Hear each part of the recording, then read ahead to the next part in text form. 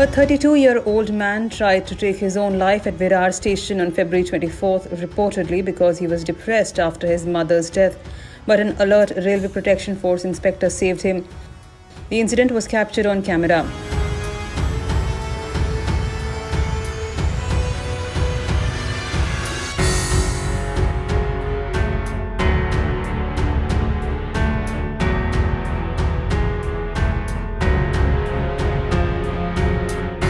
Kishore Nayak walked down platform number 3 at around 11:20 am and got down on the railway tracks.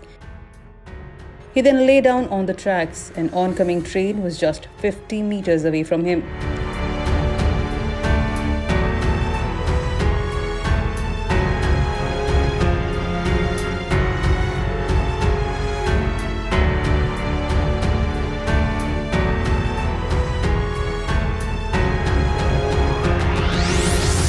Praveen Kumar, who was patrolling on another platform, jumped into action as soon as he spotted Nayak on the tracks. He ran and grabbed his arm and moved him off the track.